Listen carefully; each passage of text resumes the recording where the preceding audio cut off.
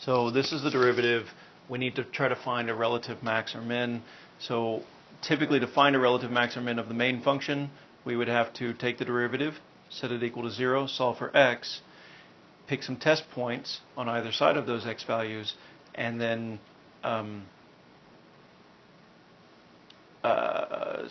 plug those in back into the derivative.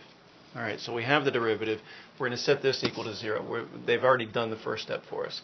So I've got x minus 1 squared over x plus 2 cubed. We're going to set this equal to 0. Now, this whole denominator portion right here, right, I can multiply that to this side. All right, when I do that, it just goes away. So I don't even need the denominator. And all I'm looking at now is just going to be my numerator, right? So this whole thing just equal to 0. And I can take the square root of both sides.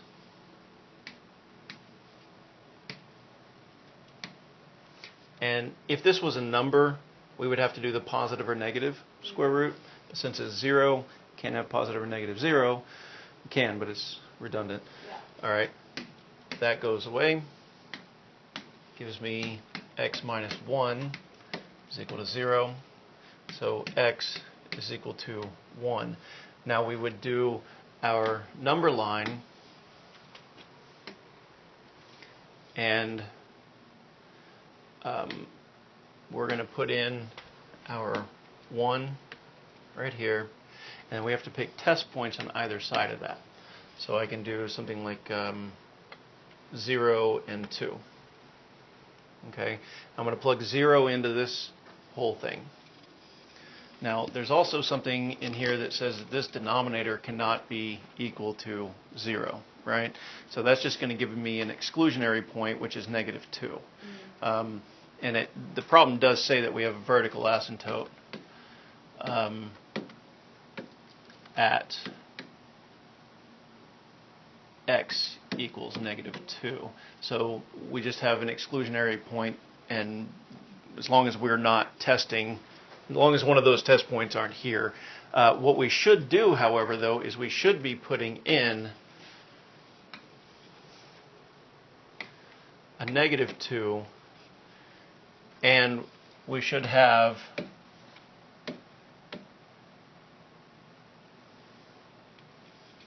this whole thing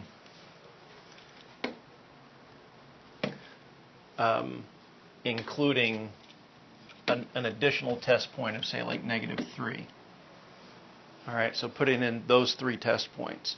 And again, they just go into our derivative. And I already have the derivative in the calculator. So I don't care about the window, whatever. Zoom 6. This is the derivative in the calculator. And so I can just go and look and see what they are in the table. And so I'm just going to be looking for, what did I say, negative 3, 0, and positive 2. And I'm looking for the sign at each one of those points. So in the table, at negative 3, I've got a negative, right? So this is a negative. At 0, I've got a positive. This is a positive. And then at positive 2, I've got a positive as well. All right. We already know that this one is an asymptote. So the fact that the signs change doesn't necessarily meet our criteria. It does meet the criteria, but we're given the fact that it is a vertical asymptote. Plus, we can kind of tell because it, whatever. All right, so here the signs must change in order for there to be a relative extrema, right? Yeah. So in order for a relative extrema to occur, given the graph of the first derivative, we're looking for the 0 points, but the signs must change. And in this case, the signs do not change. Therefore, there are no relative extrema. All right. So then, now it says, inflection points. All right, inflection points in the first derivative are going to be maximums or minimums. All right. Now you can take the derivative of it again and basically do the same thing that we did to find the relative extrema right there. All right. It's kind of difficult to do the derivative of this one, so that's an option. But because we're allowed to use a calculator on this, I can tell the calculator to graph the derivative of it. Yeah. So I'm going to do that very quickly and show you how. So we have the first derivative is in y1. I'm going to go turn that off because I don't want it to graph. So in y2, to graph the derivative of y1, to give me the second derivative, I just have to basically tell it. So I go to math, and then I go to inderiv, which is number 8. And in the first point right there, I'm going to put x. Right here, this is telling me, say, take the derivative with respect to x of, now I need to tell it to do y1. So we go to vars, and then yvars, function y1. And then we go over, and I don't have a specific value of x, so I'm just going to tell it to do it x equals x. Now we can go and graph this. And it's going to take a minute because it calculates each little bitty point. Look, there's still a vertical asymptote. Yay!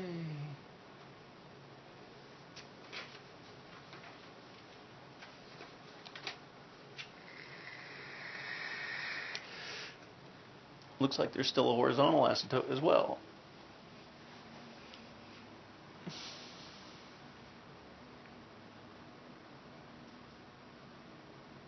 It's almost done.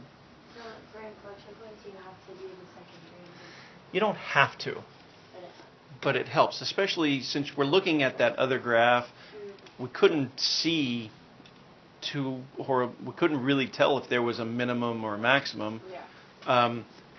Really right off the bat, but there should be a minimum or a maximum, but again, it just has to be a 0 and the signs do have to change.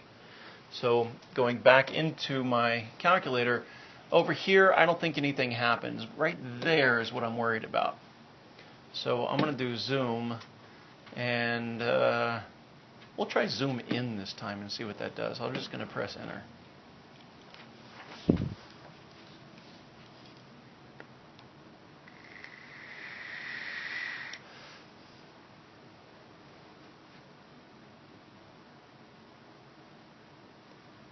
There it goes.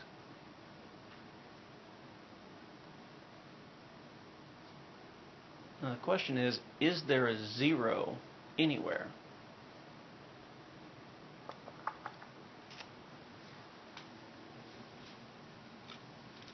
So now I'm going to go and zoom box. I'm going to have it zoom in.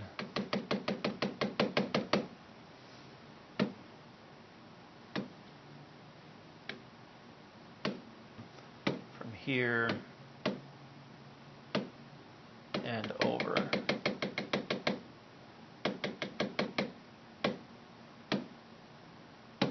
Just want to see what that looks like right there.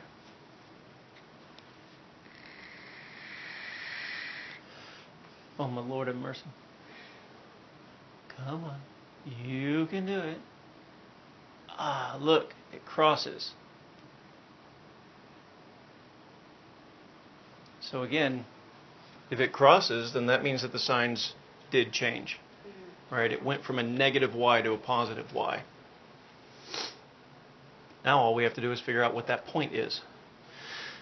Luckily, second calc, number 2 for 0. I'm going to go to the left-hand side of this.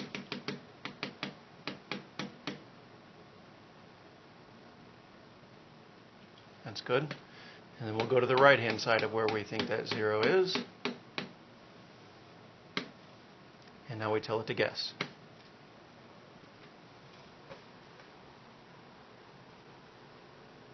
And my calculator froze. Peachy.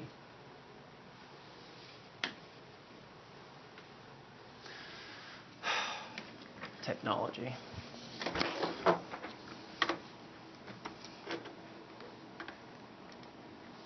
Sorry. Fast forward. There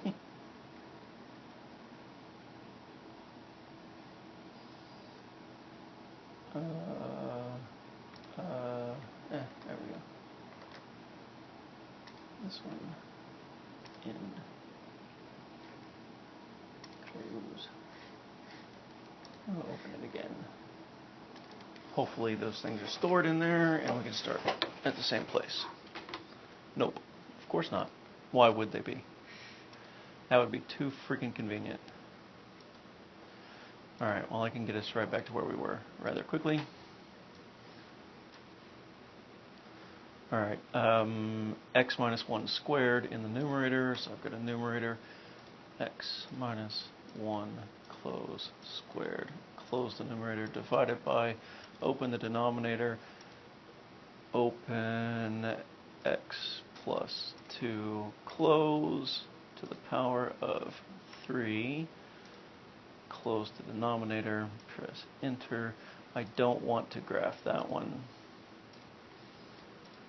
Okay.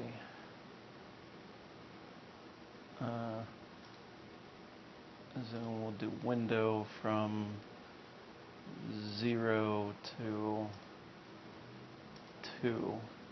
And then I'll do zoom fit, which is zoom 0.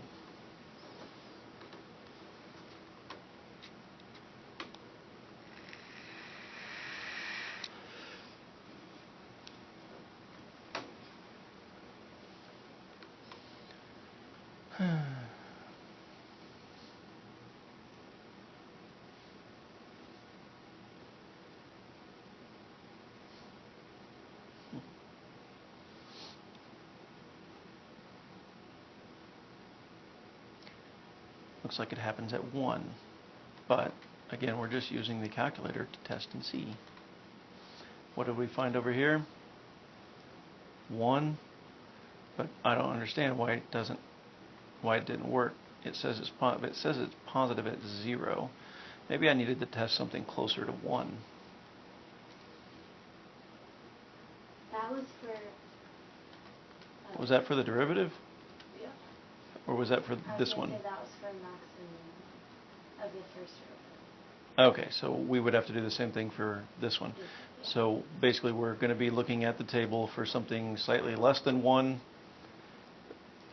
And this is basically 0, right? The negative 4e to the negative 8, that's a very small number. The calculator gives us that. It really means 0. And then that's a positive. So it does cross right there at 1. And like I was doing before, I can go and find that piece by saying second calc, number 2 for zeros, and I'm going to go just to the left hand side of 1, so we'll do like 0.9, and then to the right hand side of 1, 1.1, and then I'll tell it to guess. Tells me that there is a 0, which is roughly this, 4.8e to the negative 16, yeah, that's 0, at x equals 1.00005, whatever, fucking bullshit. Calculate value at x equals 1. Y is equal to 0, damn it. Piece of crap. Alright, so it's a calculator. What can you do? Alright, so that's where it occurs. And that does meet our requirement for second derivative, where it's a 0 and the sign has to change. Yeah. So it would be like this one versus this one. Okay? So we do have an inflection point at x equals 1. Yay! Alright, what else did it want us to find? That was it. That's it. Okay. So we would do the same thing for B and for C. Again, just putting this into y1, and then you can use that to figure out remembering that this is the graph of the derivative. So what we're already given is the derivative. So relative extrema occurs when you graph that thing. It has to change. The signs have to change. So there's going to be a 0 everywhere that there's a 0, but the signs have to change. And then you can tell it to graph the second derivative and find the same exact thing. Or if it's easy to see in the first derivative that there are zeros, that there are maximums or minimums, then you would use that. Now, for this particular problem, if I went back in and I decided not to graph y2 and I did graph y1, I'm going to leave it there, so zoom 0. We should be able to see it come down, reach a minimum at 1, and then come back up, right? So the first derivative should have a minimum, based on this, where there's an inflection point, maximum or a minimum, right? And based on this, I can just go second, calc, find the minimum, so we'll press number 3, and to the left of 1, I'm going to do like, 0.5, and then to the right of 1, so 1.5. And then tell it to guess, and it's going to find a minimum at x equals 1. So, hey, we're able to find it both ways. What is the next problem? Do you want to do it or no? I can figure it out. Okay, so do you remember how to put what you need to put into y2? Yeah. Okay. I read it. All right, good deal.